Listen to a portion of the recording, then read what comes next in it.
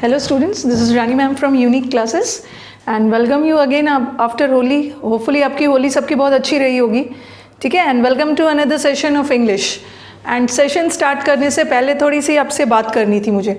जैसे बहुत स्टूडेंट्स ने मुझे पर्सनली डिमांड किया है, पर्सनली फ़ोन करके डिमांड किया था कि मैम आप इंग्लिश बहुत बोलते हो, थोड़ा हिंदी ज़्यादा बोलो. एक दो चीज़ स्टूडेंट्स ध्यान रखना है कि अगर आप इंग्लिश पढ़ रहे हो ना, तो ये कोशिश नहीं करना है ना कि इंग्लिश को बिल्कुल हिंदी में करने की. ठीक है, हिंदी तो हम अपनी सुविधा के लिए करते हैं और जितना हिंदी मैं बोलती हूँ ना उतना हिंदी काफ़ी है. ठीक है, मैं हिंदी बोल लेती हूँ, I am an Indian, Hindi भी मुझे अच्छे से आती है, लेकिन बहुत ज़्यादा हिंदी नहीं करना है. बहुत ज़्यादा हिंदी के चक्कर में इंग्लिश समझना ही भूल जाओगे. कभी कभी होता है कि चीज़ों को हम टीचर्स क्या करते हैं, बहुत आसान करने के लिए चीज़ों को हिंदी में तो समझा देते हैं, बट वॉट तब क्या होगा जब आपके पास पैसेज आएगा, जब आपके पास क्लोज टेस्ट आएगा, तो टीचर से आपको कोशिश करना है इंग्लिश सुनने की. जितना ज़्यादा सुनोगे, ओके, जितना ज़्यादा सुनोगे इंग्लिश उतना ज़्यादा सीखोगे और समझोगे भी. तो जितना इंग्लिश हमें ज़रूरत है एटलीस्ट उतना तो पढ़ना ही है. ऐसा नहीं है कि पूरी इंग्लिश की पोस्टमार्टम कर डालनी है, सब हिंदी करना है. अभी तो आप हिंदी समझ लोगे, जब आप एग्ज़ाम में जाओगे होगा क्या कि आप समझ नहीं पाओगे. ऑफलाइन क्लासेस में भी कई बार बच्चे, जब मैं कुछ चीज़ों को इंग्लिश में समझाती हूँ, वो बोलते हैं मुझे कि मैम इंग्लिश जितना ज़रूरी है उतना तो करना ही है, हिंदी तो हम अपनी सुविधा के लिए करते हैं. क्योंकि कई चीज़ें जो मैं क्लास में बोलती हूँ ना, तो बच्चे बोलते हैं मैम आपने जो वर्ड यूज़ किया था ना वो एग्ज़ाम में आया था. तो जितना हिंदी ज़रूरी है उतना तो सुनना है, इंग्लिश जितना ज़रूरी है उतना तो सुनना ही है, और हिंदी तो हम करेंगे. ऐसा मैं थोड़ी बोल रही हूँ कि मैं पूरा इंग्लिश में ही पढ़ाऊँगी, लेकिन जितना हम इंग्लिश कर रहे हैं उतना ज़रूरी है. ये नहीं बोलना है कि पूरा हिंदी में करिए. और नो डाउट मैं एक एक चीज़ को इंग्लिश करने के बाद हिंदी में समझाती भी हूँ. ठीक है, तो बस मुझे ये इंटरेक्ट करना था, और होपफुली आप स्टूडेंट्स मेरी बातों को समझेंगे और कोऑपरेट करेंगे. ठीक है, हिंदी तो मैं कर ही रही हूँ, ऐसा थोड़ी है कि पूरा इंग्लिश में पढ़ा रही हूँ मैं. चलो, आज हमारा बहुत दिनों बाद फ्रेजल वर्ब, हमने काफ़ी सारे फ्रेजल वर्ब के आई थिंक 12-13 वीडियोस पहले से पढ़े हुए हैं. तो जो स्टूडेंट्स पहली बार देख रहे हैं फ्रेजल वर्ब को, तो आप डिस्क्रिप्शन पे जाना, आपको फ्रेजल वर्ब के बहुत सारे वीडियोस मिलने वाले. ठीक है, आज का हमारा फ्रेजल वर्ब है बियर. ठीक है, ये बियर वो भालू वाला बियर नहीं है. ठीक है, ये बियर मैं as a phrasal verb use करूँगी. पहले आ जाओ, थोड़ा सा बता देती हूँ. बियर, ठीक है, बियर एक वर्ब है और बियर का दो मतलब होता है. एक बियर का मतलब होता है गिव बर्थ टू, जन्म देना. गिव बर्थ टू, जन्म देने के सेंस में. और देखो आपकी सुविधा के लिए अब तो मैं हिंदी भी लिखते जाती हूँ, जन्म देने के सेंस में. ओके, एंड एक बियर का मतलब होता है टॉलरेट करना. ओके, बर्दाश्त करना. इंग्लिश सुनना है टीचर से, इंग्लिश का एग्ज़ाम देने जा रहे हो और एग्ज़ाम का लेवल ध्यान में रखना है. पूरा एग्ज़ाम अंडरस्टैंडिंग बेस्ड है. यू हैव मेंस में क्या करोगे, अच्छे अच्छे पैसेजेस आएंगे, क्लोज टेस्ट आएंगे. ठीक है, बियर का दो मतलब है, एक तो गिव बर्थ टू, जन्म देना, और एक बियर का मतलब होता है टॉलरेट करना, बर्दाश्त करना. ये तो मैंने एज अ वर्ब यूज़ किया है, और मैंने आपको पहले भी बताया है वर्ब और फ्रेजल वर्ब में डिफरेंस है. ओके, जो स्टूडेंट्स पहली बार इस वीडियो को देख रहे हैं, थोड़ा उसे एक्सप्लेन कर देती हूँ. जैसे मैंने आपको बोला बियर सिर्फ वर्ब है. अब मैं वर्ब में या तो प्रेपोजिशन जुड़ जाता है या तो वर्ब में एडवर्ब जुड़ जाता है, तो वो क्या बन जाता है, फ्रेजल वर्ब. फ्रेजल वर्ब बनता ही है वर्ब प्लस प्रेपोजिशन या वर्ब प्लस एडवर्ब से. और जब इस वर्ब में प्रेपोजिशन या एडवर्ब जुड़ता है तो इस वर्ब का मीनिंग पूरी तरह से चेंज हो जाता है. इसलिए हर फ्रेजल वर्ब का अपना इंडिविजुअल मीनिंग होता है, अलग अलग. जैसे मैंने सिंपली लिख दिया, ये देखो पहले भी बताया मैंने लिखा लुक. लुक अकेला वर्ब है, लुक फ्रेजल वर्ब नहीं है. अब इसी में अगर मैं एक प्रेपोजिशन डाल दूँ या एडवर्ब डाल दूँ, उसका मीनिंग बदल जाएगा. लुक का मतलब है देखना. अगर मैंने लिख दिया लुक इनटू, अब इसमें प्रेपोजिशन जुड़ गया, फ्रेजल वर्ब बन गया, तो लुक इनटू का मतलब हो गया इन्वेस्टिगेट करना, जांच पड़ताल करना. ठीक है, तो व्हाट आई मीन टू से कि जब वर्ब में प्रेपोजिशन और एडवर्ब जुड़ता है तो इस वर्ब का मीनिंग पूरी तरह से चेंज हो जाता है. ठीक है, और फ्रेजल वर्ब बनाने के लिए हम वर्ब के साथ प्रेपोजिशन और एडवर्ब का यूज़ करते हैं. तो आप देखना डिस्क्रिप्शन पे जाके काफ़ी सारा मैंने लोग, पोट, गिव, टेक सबका डाला हुआ है. आज हमारा फ्रेजल वर्ब कैसे बनाना है, बियर से. ओके, तो मैं बहुत सारे आपको फ्रेजल वर्ब्स बना के एग्जाम्पल्स के साथ बता रही हूँ, और कोशिश करूँगी हिंदी में भी लिखूँगी, बट इंग्लिश में तो करना ही है हमें. और स्टूडेंट्स के डिमांड है डायरेक्ट इनडायरेक्ट. ये नहीं सोचना कि टीचर आपकी बात को इग्नोर कर रहे हैं. ठीक है, अभी तो होली की छुट्टियां हो गई थी, थोड़ी रिकॉर्डिंग वगैरह रुक गया था। टीचर इग्नोर बिल्कुल नहीं करे, मैं आपके कमेंट्स को लगातार देख रही हूँ। बच्चों के डिमांड्स आ रहे हैं, डायरेक्ट इनडायरेक्ट, जल्दी आपको डायरेक्ट इनडायरेक्ट मिलेगा, टेंस मिलेगा। कुछ बच्चे एरर्स का डिमांड कर रहे हैं, वो सब अभी तो हमारे एग्जाम्स भी पास आ रहा है, सारी वीडियोस मिलने वाले हैं, बस थोड़ा सा पेशेंस रखना है। ओके, चलो आ जाओ। बियर, बियर का मैं सारा फ्रेजल वर्ब बना रही हूँ। एक होता, और बियर का पास्ट क्या होता है? बियर का पास्ट होता है बोर। पास्ट हो या प्रेजेंट हो, मीनिंग में कोई फर्क नहीं पड़ेगा, सिंपली टेंस बदलेगा। ठीक है, अगर मैं बियर की जगह बोर भी लगा देती हूँ तो उसके मीनिंग पे कोई असर नहीं पड़ने वाला, सिर्फ टेंस बदलेगा। ओके, एक होता है हमारा बियर अवे, ये एक फ्रेजल वर्ब है। ठीक है, बियर अवे, बियर अवे का मतलब होता है विन करना, जीतना, जीतने के सेंस में यूज होता है। एग्जाम्पल बना दे रही हूं उसका, जैसे the student bore away. Bear से बोर बना, उसके लिए परेशान नहीं होना, सिंपली टेंस बदला है मैंने, बट मीनिंग में कोई चेंज नहीं होगा। The student bore away many prices.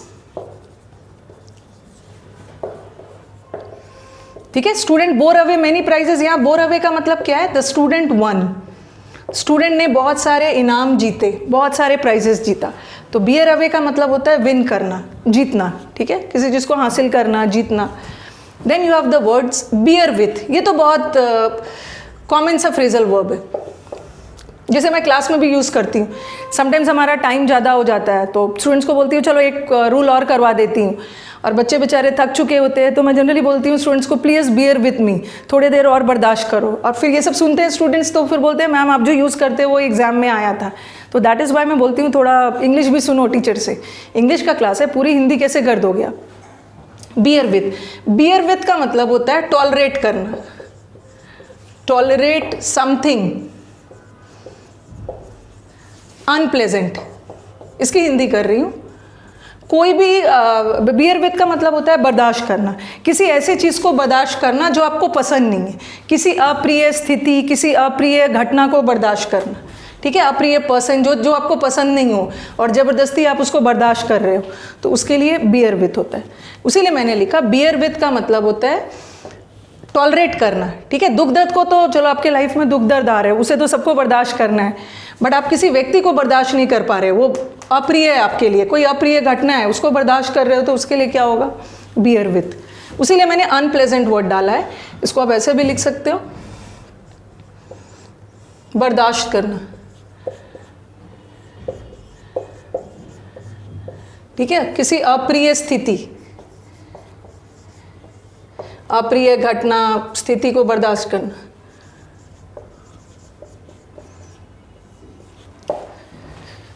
देखो इसका एक एग्जाम्पल ले रही हूं। The employees had to bear with the rude behaviour, the employees had to bear with the rude behaviour of the management, या बॉस लिख लो। Okay, the employees had to bear with, employees को bear with करना पड़ा, मतलब employees को झेलना पड़ा, बर्दाश्त करना पड़ा। क्या चीज़? जो बॉस का रूखा बिहेवियर था, रूड बिहेवियर को एम्प्लॉइज को बर्दाश्त करना पड़ा। तो यहाँ बियर विथ का मतलब क्या हो गया? टॉलरेट, किसी ऐसे चीज़ को टॉलरेट करना ना जो आपको पसंद नहीं है, फिर भी मजबूरी में आप टॉलरेट कर रहे हो। तो दो मैंने आपका फ्रेजल वर्ब दिया है, एक है बियर अवे और एक बियर विथ। अभी और भी लिख रही हूँ, ठीक है। चलो आप चाहो तो स्क्रीनशॉट ले सकते हो। तीसरा हमारा है बियर डाउन। ठीक है, बियर डाउन का मतलब है किसी को क्रश करना, कुचलना, किसी को हरा देना, पराजित करना। बियर डाउन का मतलब है किसी को क्रश करना, किसी को हरा देना, ओवरथ्रो करना, किसी को सप्रेस करना, दबा देना। ठीक है, जिसे हिंदी में आप बोलोगे पराजित करना। पूरी जी जान लगा दिया आपने, बाय फोर्स पराजित करना, पूरी शक्ति लगा के किसी को हरा देना। ओके, इसका एग्जाम्पल दे रही। He bore down all the opposition. that came on his way.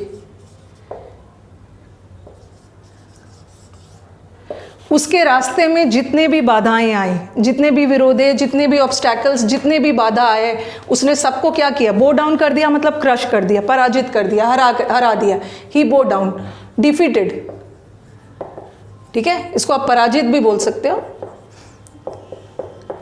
ही बो डाउन ऑल द ऑपोजिशन, जो भी बाधा, ऑपोजिशन, विरोधी उसके रास्ते में आए, उसने सबको हरा डाला, सबको कुचल दिया, सबको क्रश कर दिया. अब नेक्स्ट वाला वर्ड आ जाओ, बियर आउट. ठीक है, बियर आउट का मतलब होता है कंफर्म. कंफर्म करना, जिसको आप हिंदी में बोलोगे पुष्टि करना. कंफर्म द ट्रूथ, पुष्टि करना. ओके, किसी चीज को कंफर्म करना. इसका आप एग्जांपल ले सकते हो. The results of the experiment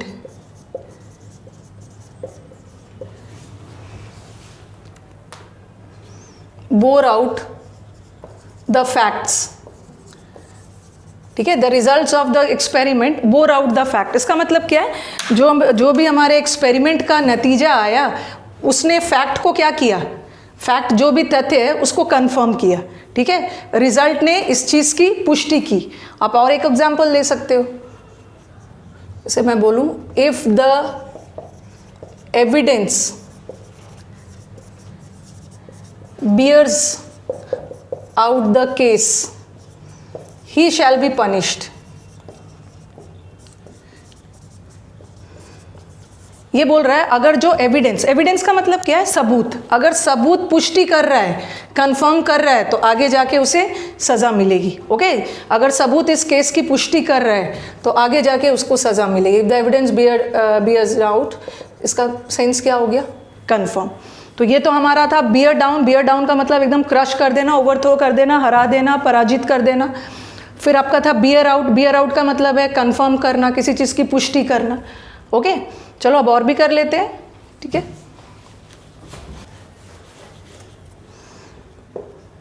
एक हमारा है बियर ऑन. मतलब दोनों का सेम है, बियर ऑन हो या बियर अपॉन हो.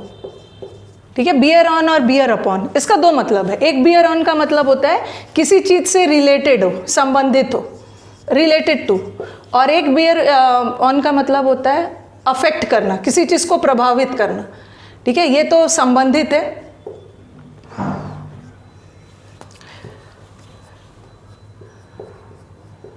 अब स्पेलिंग थोड़ी सी हिंदी की इधर उधर हो जाए तो माफ कर देना है. संबंधित, इतनी हिंदी लिखवाओगे, इतनी हिंदी लिखवाओगे तो गड़बड़ हो जाएगी. वो तो मैं आपकी सुविधा के लिए लिख रही हूँ, इग्नोर कर देना अगर स्पेलिंग रॉन्ग हो. ठीक है, संबंधित.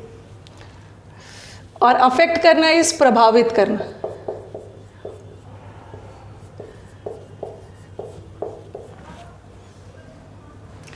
ओके, बियर ऑन या बियर अपॉन दोनों सेम है. इसका दो मतलब होता है, एक तो रिलेटेड, संबंधित, और एक दूसरा है किसी चीज को प्रभावित करना. ठीक है, अब दोनों से रिलेटेड मैं आपको सेंटेंस बना रही हूं. I will get all the information bearing. कुछ तो मैं आईएनजी लगा के भी बना सकती हूँ. Bearing on the incident. Okay, मैं सारा इंफॉर्मेशन, सारा इंफॉर्मेशन कलेक्ट कर रही हूँ जो इस घटना से संबंधित है, रिलेटेड है. ठीक है, इससे रिलेटेड है, रिलेटेड टू. एक और सेंटेंस बना दे रही हूँ जिसमें अफेक्ट है. The labour trade union used all its influence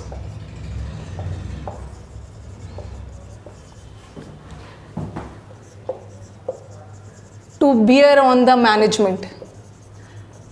okay अभी इसका मीनिंग समझा देती हूँ कि हमारे जो लेबर ट्रेड यूनियन उसने अपना सारा जी जान लगा दिया, सारा अपना इन्फ्लुएंस यूज़ कर दिया। क्या, किस लिए? मैनेजमेंट को अफेक्ट करने के लिए, मैनेजमेंट को प्रभावित करने के लिए।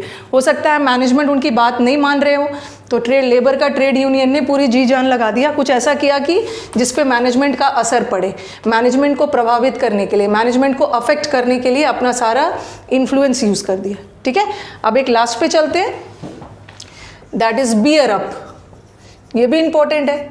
बियर अप का मतलब हो ना फेस करना, सामना करना, किसी मुसीबत का सामना करना। इसको हम बोलते हैं to withstand any difficulty. Withstand का मतलब क्या होता है? टिके रहना, सामना करना मुसीबत में। ओके, किसी चीज का सामना करना। अब बोल सकती हूँ मैं, मेरे students they are ready to bear up in any situation. मेरे स्टूडेंट्स एकदम रेडी है कोई भी डिफिकल्टी का सामना करने के लिए। My students are ready to bear up. Bear up का मतलब यहाँ क्या है? My students are ready to bear up मतलब कोई भी चीज़ का सामना करने के लिए रेडी है। Are ready to bear up any situation. Okay, तो आज हमने 6 फ्रेजल वर्ब किया। ये bear on, bear upon same है, एक संबंधित के सेंस में, एक अफेक्ट। आप देख लोगे आपके एग्जाम में जो सेंटेंस आएगा, रिलेट करना है किस सेंस में यूज करना है। बियर अप है सामना करना डिफिकल्टी का। My students are ready to bear up in any situation. आज हमने बियर वाला सारा फ्रेजल वर्ब कवर किया। ऐसे तो आप देखोगे बहुत सारा है, लेकिन हमें क्या करना है ना, जो मेन है उसे ध्यान रखना है, क्योंकि ऐसे अगर आप सब लिखते जाओगे ना तो इतना ज़्यादा कलेक्शन होगा कि आप याद नहीं कर पाओगे। तो मेन जो हमारे एग्जाम्स में आते हैं उसको लिखना है। ठीक है, फ्रेजल वर्ब का सीरीज आगे भी जारी रहेगा। बहुत सारे बच्चों को लगा कि मैंने फ्रेजल वर्ब बंद कर दिया। ठीक है, थोड़ा सा मोनोटोनस ना हो जाए, थोड़ा वैरायटी ऑफ वीडियोस अलग अलग करना होगा। तो होपफुली आपको वीडियोस पसंद आए होंगे। एंड अगर आपको रियली में पसंद आ रहे हैं तो आई वांट माय व्यूअर्स, ठीक है, कि मैक्सिमम से मैक्सिमम इसको लाइक करो और अपने दोस्तों के बीच में शेयर करो, ताकि मैक्सिमम लोग इसका एडवांटेज ले सके। ठीक है, और नोटिफिकेशंस के लिए you have the bell icon, नीचे बेल आइकॉन है, उसे प्रेस करो ताकि आपको अपडेट्स मिलते रहे। एंड आई प्रॉमिस यू और भी आपको बहुत अच्छे मिलने वाले हैं। अभी मैं बहुत सारे वीडियोस डालूंगी जो एग्जाम ओरिएंटेड है। Exam oriented in the sense कि जो एग्जाम फोर्थकमिंग एग्जाम्स है जो पास में अभी आ रहे हैं उससे रिलेटेड वीडियोज़ मिलेंगे। ठीक है, तो do keep sharing the videos. Okay, चलो मिलते हैं नेक्स्ट सेशन में। Thank you.